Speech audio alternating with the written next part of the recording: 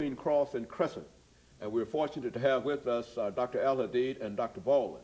And of course, Dr. Baldwin, before we had our first commercial break, Dr. AAl-Hadid talked about the differences, quote unquote, between Malcolm and Martin. And I think he also indicated that there were more similarities between the two than differences, and that we've often heightened those differences. And let's have you to talk about those similarities. Okay, I'd like to pick up where he left off. Malcolm and Martin are commonly viewed as leaders who stood on opposite extremes of the leadership spectrum. One author puts it, it's like two in a Manichaean contest, the forces of light against the forces of darkness. But as Dr. AAl-Hadid said, we are trying to show that the two men complemented each other, that they corrected each other, that they were influenced by each other, that they received impelling moral, spiritual, and intellectual power from each other. They came together around a lot of issues, such as the issue of class toward the end of Malcolm's life, dealing with the issue of economic injustice and how that relates to racial injustice. They came together on the South Vietnam issue, and American involvement in South Vietnam. They came together around the South African issue, South African apartheid. So we so often forget what they shared in terms of ideals because the images we get are of two men who were always in tension with one another and who was always standing on different ends of the spectrum. I think one scholar refers to Malcolm as King's ideological nemesis. And we get this kind of image, but we want to try and correct that, to show that if we bring about a creative synthesis of the insights and the ideals of both men, we can address a lot of problems in the contemporary world, such as religious bigotry and intolerance, racism, classism, economic injustice. I think both men spoke to these issues in similar ways.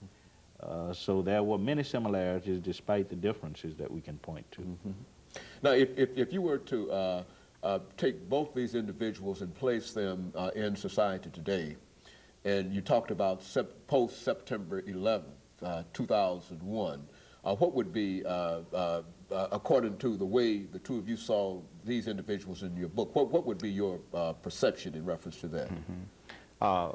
Certainly, from an Islamic point of view, Al-Hajj Malik al-Shabazz would be diametrically opposed to those incidents. Now, you make reference to Malcolm X as Al-Hajj Malik al-Shabazz.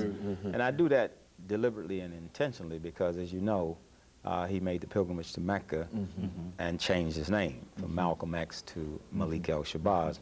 And when you say Al-Hajj, it simply means that one who has made the pilgrimage. And so I like to think of him in that context because if you look at the surnames of all of his children, they're Shabazz. You look at the surname of his widow, who's now passed, who was also Betty Shabazz or Attila Shabazz, his daughter. So it's, you know, I'm trying to eliminate that contradiction. Now, he can't be Malcolm X and his children and Shabazz and his wife is Shabazz and his passport says Shabazz, so it was Al-Hajj Malik al-Shabazz. And so part of my contribution in the book was to present him as a Sunni Muslim and not a Nation of Islam Muslim. I mean, that was a stage in his life for about 18 years or so. But after he left the Nation of Islam, that's the point at which he gained universal consciousness. That's the point at which he started concerning himself with humanitarian issues, which brought him a lot closer to Dr. King. It was his ideology in the Nation of Islam that alienated him from Dr. King. And so as he became more humanitarian and more universal and international, he became closer and closer to Dr. King. Whether people realize it or not, Al-Hajj Malik al-Shabazz was nonviolent.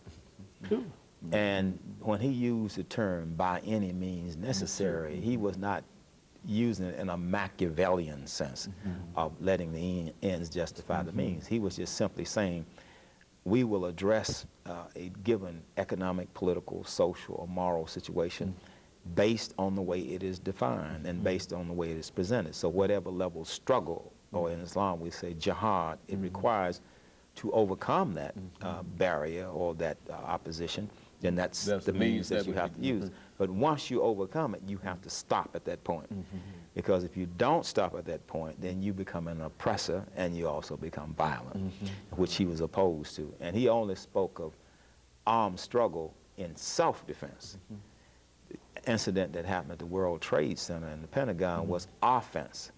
And a lot of collateral damage was done. A lot of slaughter was done. It has nothing to do with Islam from Al-Hajj Malik al-Sabah's point of view.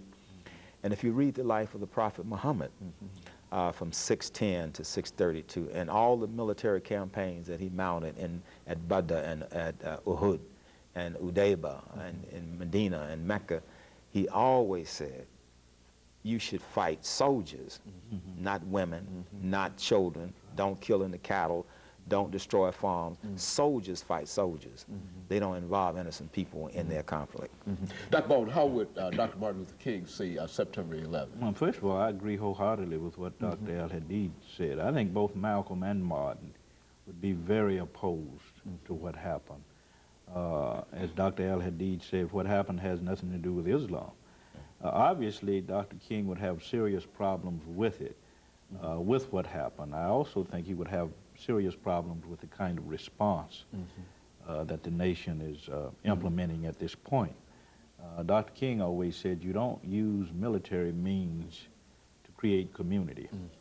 And he would advocate diplomatic means, perhaps the use of economic sanctions, but you never resort to military means. So I think he would have a problem with the whole scenario, the way the thing is working out, in terms of what happened at the Trade Center and the Pentagon, and also what is happening in terms of the U.S. military response to that. And of course, we're getting ready for our second commercial break, and when we come back, since we are dealing with the book, we want the two of you to give us some information relative to the book itself, that is the publication date and how it will be marketed, and some of your expectations in terms of this document. And so when we come back, we'll have about 6 minutes, I believe, to deal with that. And of course, we'll be back with our audience following this short commercial break. Of course, gentlemen, before we had our